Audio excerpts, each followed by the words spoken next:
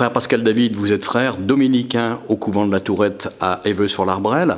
Vous vous occupez de la programmation des rencontres culturelles à la Tourette. Alors, qu'est-ce qu'on peut en dire pour cette année 2015-2016 ? Alors, notre programmation de sessions, de conférences, d'ateliers s'appelle les Rencontres de la Tourette. Et c'est en général le samedi toute la journée ou le week-end. Et il est question de Bible, de philosophie, de sciences humaines, de questions d'actualité. Par exemple, il y aura une session sur la prison, une session de philosophie sur Saint-Augustin, une autre sur Nietzsche.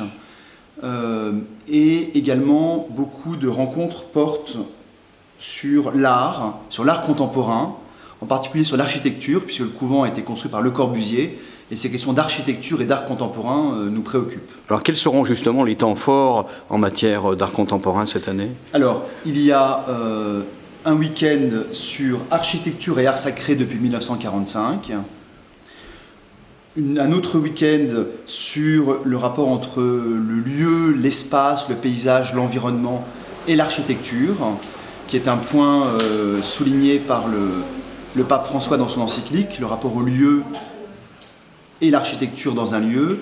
Et il y a également, surtout, ces 4 premiers mois, l'exposition d'Anish Kapoor,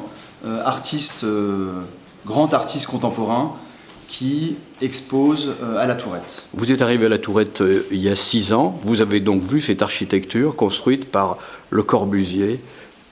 Votre impression, votre réaction ? Alors, je n'aimais pas du tout en arrivant.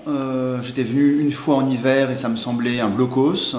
Et plus j'habite, plus j'aime. C'est-à-dire que je crois que c'est une architecture qui demande d'être découverte en y habitant et non pas uniquement en la regardant avec un regard esthétique.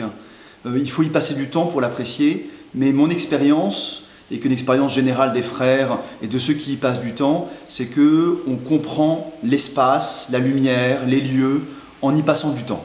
Justement, la question que j'allais vous dire, il y a une véritable symbiose. Enfin, cela joue entre l'architecture, qui, vous le dites, peut être abrupte au premier regard, et puis la lumière que Jeanneret a fait pénétrer ici, dans ce lieu cultuel.